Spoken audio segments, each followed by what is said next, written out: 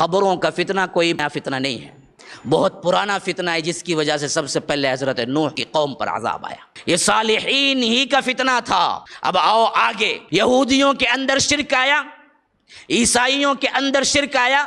یہ بھی بتوں کی پرستش کی وجہ سے نہیں آیا۔ بت دراصل کافر قومیں اس وقت بھی پوجا کرتی تھی، ایرانیوں میں بھی تھا، رومیوں میں بھی تھا، جو ابھی عیسائیت قبول نہیں کیے تھے۔ لیکن یہودیوں کے اندر جو شرک آیا، وہ شرک بھی صالحین کی قبروں کی وجہ سے ہی آیا۔ انہوں نے بھی اپنے اپنے بڑوں اور اپنے اپنے جو کچھ صالح لوگ تھے ان کے قبروں کو بنایا اور ان کے لیے عبادت گاہوں کو مخصوص کیا، اور وہاں پر انہوں نے عبادت کے رسمیں پورے کرنے شروع کی، یہاں تک کہ اللہ تبارک و تعالی نے ان پر بھی عذاب بھیجا۔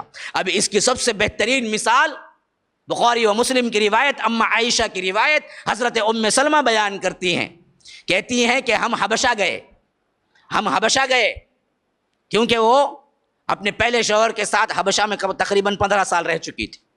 پھر اس کے بعد اللہ کے رسول سے شادی ہوئی تو ام سلمہ اللہ کے رسول صلی اللہ علیہ وسلم کی بیوی بنی، امہات المؤمنون میں شامل ہوئی۔ تو وہ کہتے ہیں کہ ہم جب حبشہ گئے تو وہاں پر ہم نے کنیسہ دیکھا۔ کنیسہ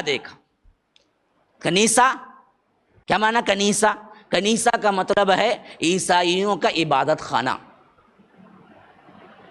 عیسائیوں کا عبادت خانہ کنیسہ۔ ہم نے اس کنیسے میں قبروں اور تصویروں کے ایسے مناظر دیکھے، ایسے خوبصورت تھے کہ ہمیں ایسے ہی یاد رہ گئے۔ جب ہم اللہ کے رسول صلی اللہ علیہ وسلم کے ساتھ آئے، نکاح بھی ہو گیا، کہتے ہیں کہ ام سلمہ اللہ کے رسول مرض وفات میں تھے، یعنی وہ مرض جس میں وفات پائی، اور تقریباً وفات سے 1-2 دن پہلے شدت کی بخار سے اللہ کے رسول کبھی اپنا کمبل اٹھا کے کیا ہے پورے چہرے پہ اوڑھ لیتے، کبھی نکال دیتے، کبھی اوڑھ لیتے، کبھی نکال دیتے، پسینہ ٹپکتا تو نکال دیتے، پھر ٹھنڈ ہوتی تو اوڑھ لیتے۔ ایسی کیفیت، یعنی بہت ہی کیا ہے درد کی کیفیت تھی۔ ایسے وقت میں میرے زبان سے نکل گیا کہ ہم نے کیا ہے حبشہ میں بڑے بہترین طور پر کنیسے دیکھے، جس میں کیا ہے بڑی خوبصورت تصویریں اور قبریں تھی۔ تو اللہ کے رسول اس کیفیت میں بھی کہا کہ ام سلمہ یہ وہ لوگ ہیں، اولئک شرار الخلق عند اللہ، اللہ کے نزدیک سب سے بدترین مخلوق، کیونکہ یہ اولئک قوم، یہ ایسی قوم تھے کہ ان کے اندر اگر کوئی عبد صالح، کوئی اللہ کا نیک بندہ مر جاتا، اذا مات فیہم عبد صالح، اگر ان کے اندر کوئی اللہ کا نیک بندہ مر جاتا، بنوا علی قبرہ مسجدا، کہ یہ لوگ اس کی قبر کو مسجد سجدگاہ بنا لیتے تھے۔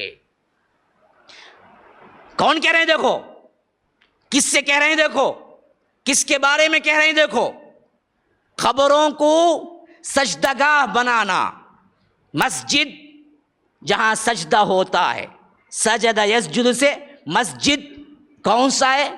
یہ فعل جہاں سجدہ ہوتا ہے۔ تو فرمایا یہ سب سے بدترین اللہ کے مخلوقات میں سے ہیں۔ یہ بدبخت اگر ان کے اندر کوئی نیک بندہ مرتا، اولئک قوم اذا مات فیہم رجل صالح، کوئی ان کے اندر اچھا آدمی عبادت گزار مرتا، بنوا علی قبرہ مسجدا، یہ لوگ مسجد بناتے قبر پر۔ یہ وہی کیفیت نہیں ہے جو آج ہمارے اندر ہو رہا ہے۔